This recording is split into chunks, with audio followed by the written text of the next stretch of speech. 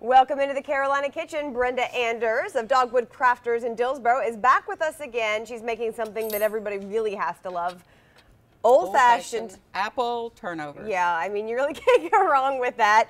Tell us how we make them. Okay, last night I experimented with this, and I have some variations as usual.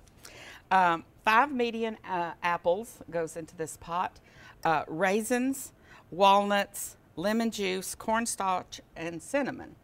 And this just makes the little inside of what you're going to put inside the turnover. Good. Now, this is a little gadget that I have that I love, and that's this. She asked me how I chop my apples. They're so tiny. And when I go camping or something, you don't have electricity, so this, in just a few seconds, will chop the apples up into the exact amount of size that you want to put inside your little popover. And see, there is that. Wow.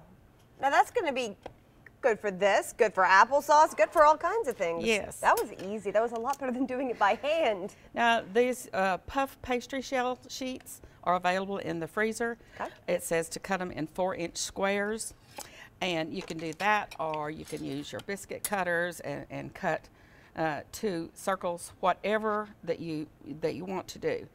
I was not real happy with the flavor of the pastry sheets, and so I think you could also use a canned biscuit, or you can use pie crust, anything. You just put this, a little bit of that on there, top it with one, and seal it with your fork. And I would brush it with soft butter, and then you bake it just for about 15 minutes, because you have cooked the apples, raisins, cinnamon, and everything already, and it smells so good. It does smell really good. And I already had my nose in the pot a minute ago. And you have this cute little round patty. You can do that. You can make squares like I did last night, okay, or you can do rectangles. Or you could do a couple of each if you feel like it. Right, use this leftover thing. But personally, I didn't like the flavor of this. I think that if I did it again and use this, I would sprinkle it with butter and then sprinkle sugar over the top. Or even some cinnamon sugar, yes, too. Mm-hmm. But I would not hesitate to also use the pre-prepared biscuit crust or even canned biscuits.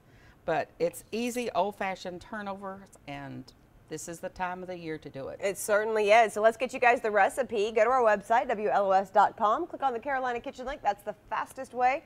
Or you can send us a self-addressed stamped envelope to 110 Technology Drive, Asheville 28803. Homemade apple turnovers in whatever shape suits your fancy. A recipe with Dogwood Crafters. Brenda, thank you so much again for being with us. Thank you. That's what's cooking today in the Carolina Kitchen.